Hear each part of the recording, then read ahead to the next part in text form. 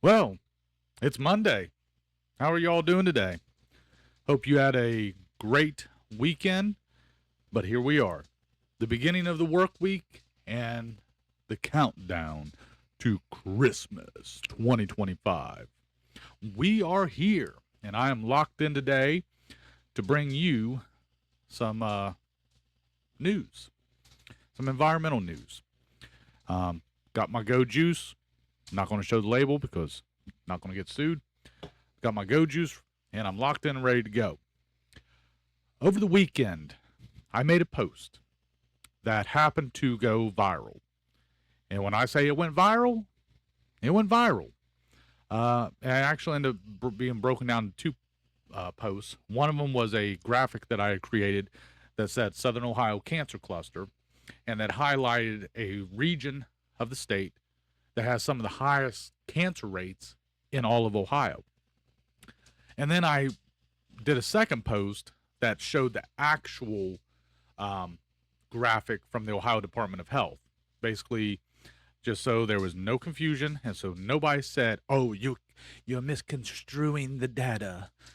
I released the official one from ODH. Both said the same thing. There's a problem in Southern Ohio, and there's a problem, particularly the most, in the counties that I have highlighted on the screen here. Those counties right there. I feel like I'm doing that 80s dance. Walk like an Egyptian. But those counties. Now, this graphic that I'm showing is not the inclusive of all cancer incidents. I wanted to start breaking these cancer stats down a little bit more.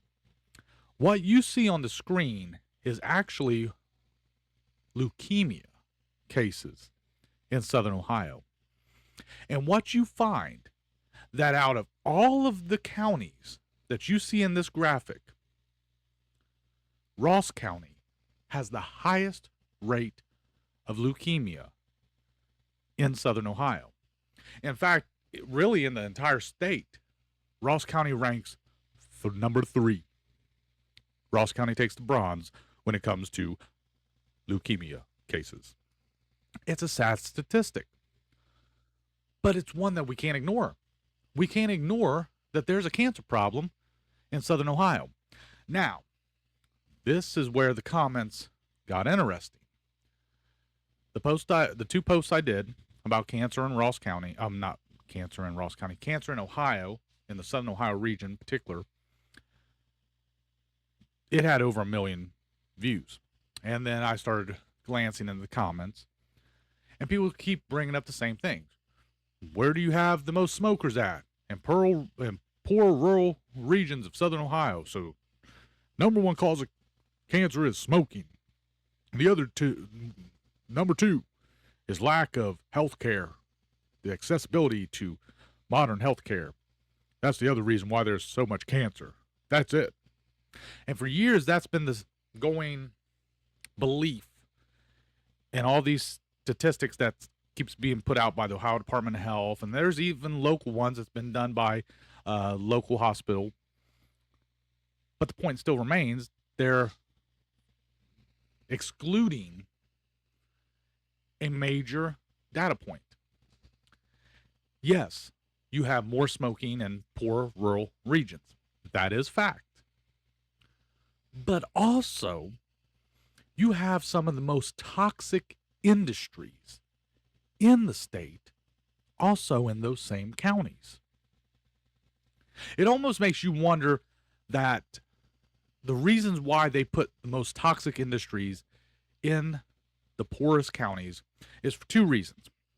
One, they know they could do whatever they want and people still want to work there.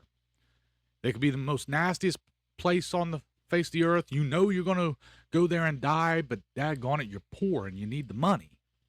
So they exploit poverty in rural regions like Southern Ohio and other Rust Belt communities across Appalachia. It's the exploitation of poverty.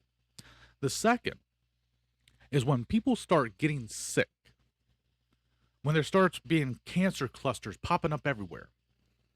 Because many of these companies, DuPont, already knew how toxic their stuff was because they tested it, did human studies back in the 50s and 60s.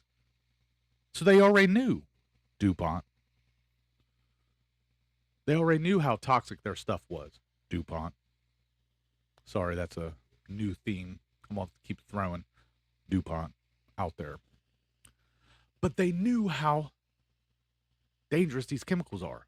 So could it be also that they put these toxic industries, for one, the exploitation of poverty? They know that for every dead, dying worker, there'll be 10 more ready lined up to take their place.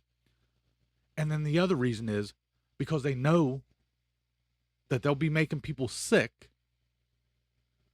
But if you hide it in these poor regions where everybody smokes or lifestyle choices dictate cancer, maybe we can hide our statistics somewhere in there and muddy the waters to where nobody looks at us. Could that be the reason why? So I'm not saying, because I'm not a doctor, I am not saying that all the toxic industries in Southern Ohio is the definitive reason for the high cancer rates. I can't say that. But we need a study that can. We need a full epidemiological study. We need, whoa, getting crazy over here. I hit my computer. Sorry about that. But we need soil testing, groundwater testing. We need epidemiological studies. I guarantee you, there'll be a correlation between acute myeloid leukemia cases in Ross County and wherever. Seriously. I would love to go and find every person who has acute myeloid leukemia and see how many of them are former wherever employees. Because I keep getting comment after comment, message after message. Oh, my father worked there. Oh, my father-in-law worked there. And now they're sick and dying of leukemia. Acute myeloid leukemia. As soon as I hear that, bing, spidey senses engage. Why? Because one particular chemical that was heavily used at wherever is known to cause acute myeloid leukemia, and that is benzene.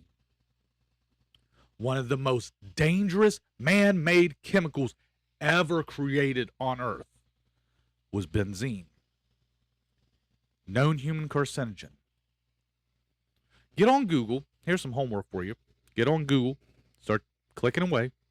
I want you to type in Camp Lejeune. That's a military base, Camp Lejeune. Add you a plus sign, and then add the word benzene. And go down that list as it populates.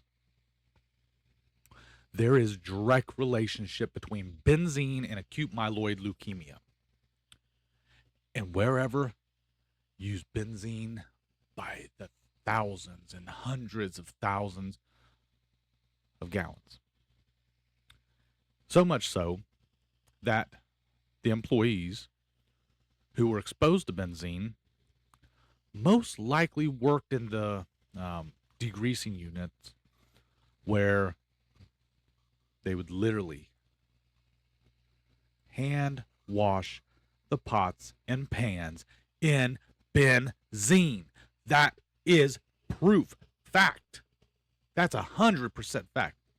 I can pull up the news clipping right now that shows you the machine that was brought in to help replace hand washing of pots and pans in a cancer-causing chemical bath. It's insane. So when we look at it in retrospect, what we see that was done back then with the knowledge that we have now, it's literally insane. But what did Wherever do with all this benzene? What did they do with it? After they got done dipping the pots and pans in it, cleaning it, poisoning the workers, what else did they do with it? Well, there's a giant leach pit out back an unlined pit, that they dumped anything and everything into it. Chemicals, solvents, whatever needed to be dumped was dumped in a huge pit, unlined. So that means whatever went in, spread through the soil, through the groundwater, through the surface water, through surface soil. And that pit is directly 800 feet away from the pitcher's mound of the nearest ball diamond at Mary Lou Patton Park. 800 feet from a toxic, cancerous pit to a city park that has never, ever been tested for heavy metals or cancer-causing chemicals. Make that make sense, city of Chillicothe. Make that make sense. You know how toxic wherever is and has been since the 80s. The first EPA report that exposed the contamination of groundwater at wherever was in 1986. I have the report. You can pull it up. I provided it to the community. And the Google Drive link that's on my Facebook page, you can pull up every single EPA report for wherever. Since they knew about this in 1986,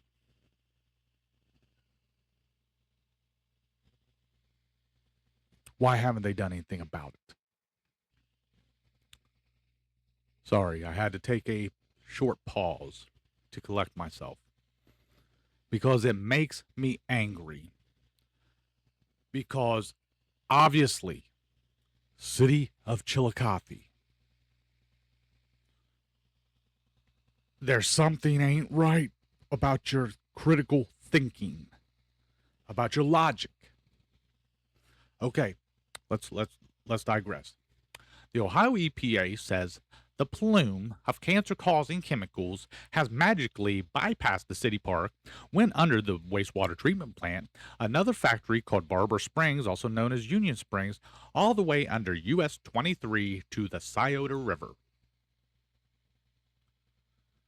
They're saying that this cancer plume magically bypassed the park. But how do they freaking know? Guess what? Guess what? The Ohio EPA lies to the public because they don't know. Every plume map that they have released since April of this year says estimated plume location. Estimated. They don't know. For one, they don't know if the plume is under Mary Lou Patton Park because there is no monitoring wells and it's never been tested. How much clearer does that need to be? Use the thing in between your ears called your brain. Critical thinking. If you have a pit where they dumped hazardous chemicals and it's less than 800 feet to the pitcher's mound of the nearest ball diamond, wouldn't you want to know if there's something nasty under it? No, because people take what the Ohio EPA as gospel. Well, you know what? The Ohio EPA is a corrupt organization that allows corporations, mega corporations, to get away and do whatever they want, just like wherever. Hey, Ohio EPA, why did you allow Howmet Aerospace to abandon its soil vapor extraction, and air sparging system? I posted the satellite images. You could see where they had all this piping going down into the pit, going to the man-made landfill where they just bulldozed everything together and thought it was a great idea to just put it all in one spot. There's still a plume. There's still a plume. Why did you have them stop treating it? Explain it. You go back there now, it's all grown over. The whole back 40 is all grown over because Alcoa Howmet don't want you to think about the toxic crap that they have in their backyard. It's like having a serial killer next door, okay? And they're burying bodies in their backyard, and they don't want you to come over and look around and see where there might have been some disturbances in the ground. That's wherever. That factory is a serial killer. And what I say serial killer, because it has killed dozens, possibly hundreds of employees who did nothing more than go there, earn a paycheck, take care of their families, and try to live the American dream. Only for you, Alcoa, and all your little subsidiaries, and every person who has owned that site, you are all responsible for their deaths. You are. Alcoa, are you listening? Hello, Howmet Aerospace, are you listening? You poisoned the ground at 1089 Eastern Avenue. You poisoned the ground. You got away with it. You killed your employees. You got away with it. How can you, corporate executives, sleep at night? Alcoa, every community you have ever been in, you have poisoned. Wake up. I digress. Chillicothe, Ross County, has some of the highest leukemia rates in the entire state of Ohio. We have a problem in Southern Ohio. It's not just, what am I saying? It's not just smoking. It's not just lifestyles. Because if it was all lifestyle, then you must include going to work as a reason to cause cancer. That's a lifestyle choice. Get up every day, put your shoes on, put your boots on, go to work. That's a lifestyle choice that end up killing you.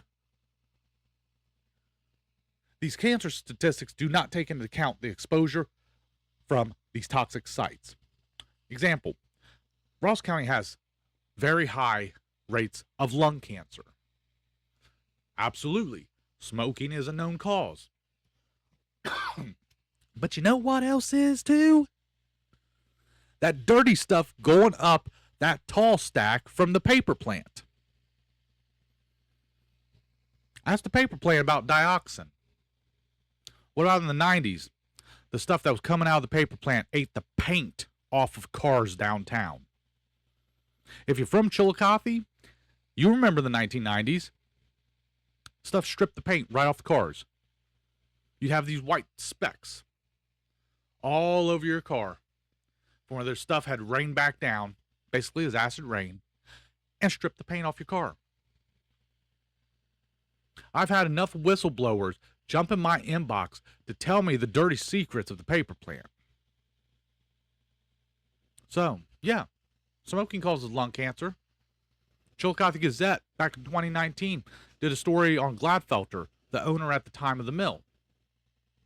Might have not been 2019, might have been 2017. It was right in that time frame. But they did an article on Gladfelter showing how Gladfelter was in the top 1% of worst air polluters in the entire nation, including the factory in Chillicothe.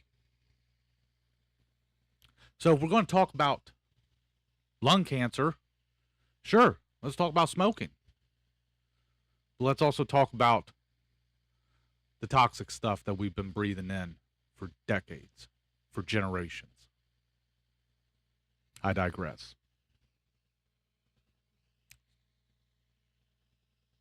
Wherever made people sick, the atomic plant down in Piketon made people sick. The paper plant, yeah, it made people sick too. So we have to take into consideration that a major factor in the cancer in this area could also be linked to dangerous toxic chemicals from these industries. But let's also remember there's a big one up north. It's called DuPont. Watch Dark Waters. Talk to the folks in Parkersburg, West Virginia. DuPont buried their hazardous waste in a landfill, Bowers Landfill, in Pickaway County that qualified to be an EPA Superfund site. DuPont also dumped 6,500 tons of hazardous waste into the Chillicothe City landfill on Narrows Road from 1974 to 1979. DuPont products carrying PFAS, forever chemicals, was in their Teflon coatings, their resins, used it wherever. We also know that the manufacturing of coated and specialty papers also include PFAS and forever chemicals. Before Pixel shut down, about 3 years ago, I believe, 3 or 4 years ago, the paper plant, the owner of the paper plant, announced that they was making a specialty line of paper that was PFAS free. Which tells me if you are making a product that is now PFAS free, that means your other products had PFAS, had forever chemicals that came from DuPont. Are we noticing a pattern yet?